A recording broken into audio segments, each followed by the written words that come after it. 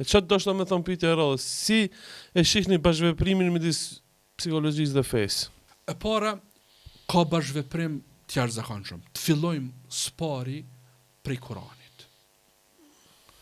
Prej zbritjes të parë. Të njefen mirë.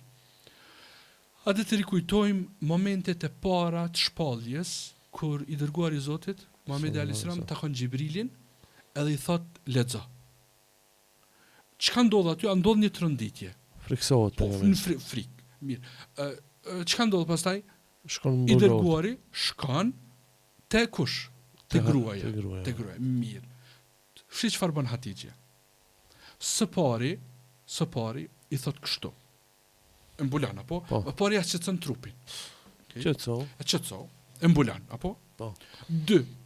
I thot unë nuk di çka ke po, nuk e kuptoj shpalljen, nuk e kuptoj Xhibrilin, mirë po një send di me tregu. Se ty Zoti nuk të humb. Ti je burr i mirë, ti je njeri i mirë, ty Zoti nuk të humb. Pra, e qetëson, ti ke bë punë të mira deri tash, e Zoti ti nuk të ka poshtërzon. nuk të poshtron. Pra kjo Mos është ke frikë. hajër për ty. Ara diçka.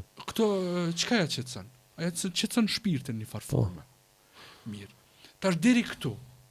Pas kësaj e merr edhe dërgon te djali i Axhës vet, Waraka ibn Ufel, e thot tregoj se çka ka po.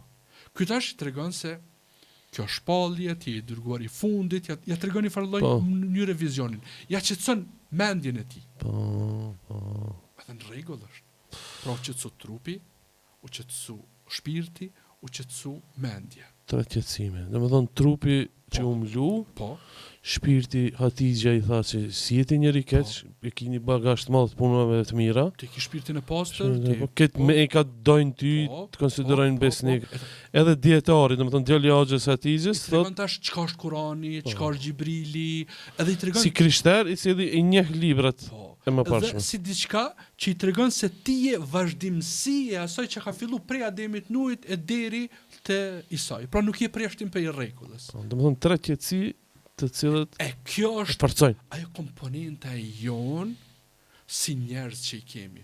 Shumë pra pastaj kur kërkojmë ne ndihmë shpeshherë, ne kërkojmë ndihmë vetëm për trup.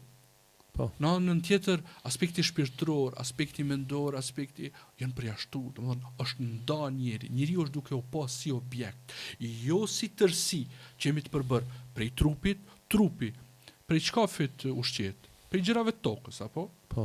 Edhe në fund në tokë mbet edhe shkrinjat këtë. Po. Shpirti ka tjetër lloj trajtimi, mendja ka tjetër lloj trajtimi, zemra ka tjetër lloj trajtimi, pra këto nuk do të ndar, këtu do të një baraspesh, këtu do të një ekuilibër.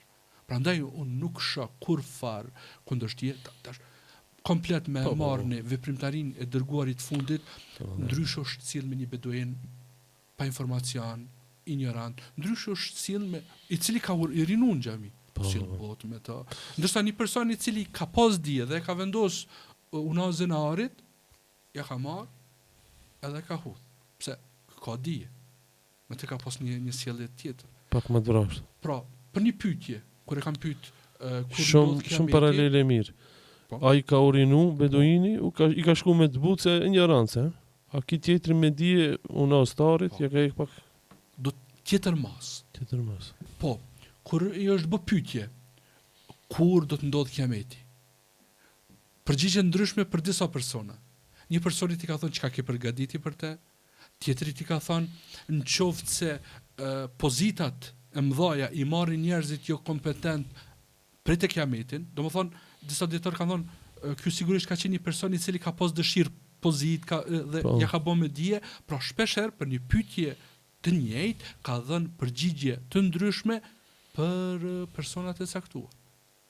Dhe kemi edhe në Kur'an për shembull çështjen e përballimit frikës, që është përmend para 1400 vjete, që Aaron Beck pastaj përmes një shkolle psikologjike e quajtur CBT, që është më e përhapura sot në botë, si ka ndodhur kur i ka thënë Zoti Musait hudhë shkopin.